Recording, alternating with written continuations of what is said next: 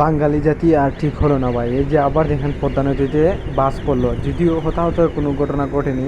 Police আগেই যাত্রীদেরকে নামানো হয়েছিল, না হলে আবারও সেই অনাকাঙ্ক্ষিতভাবে এতগুলো মানুষের প্রাণ যেত। আসলে আমাদের বাংলাদেশের মানুষ, কি বলবো ভাই, কয়েকদিন আগে এই ঘটনা ঘটলো, আবার সেই একই ঘটনা। আসলে কিছু বলার নাই।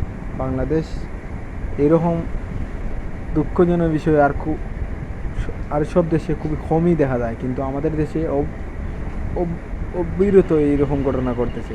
এই ঘটনাগুলো ঘটনার জন্য কারা দায়ী? আপনারা শুধু কমেন্ট করে একটু বলে যাবেন।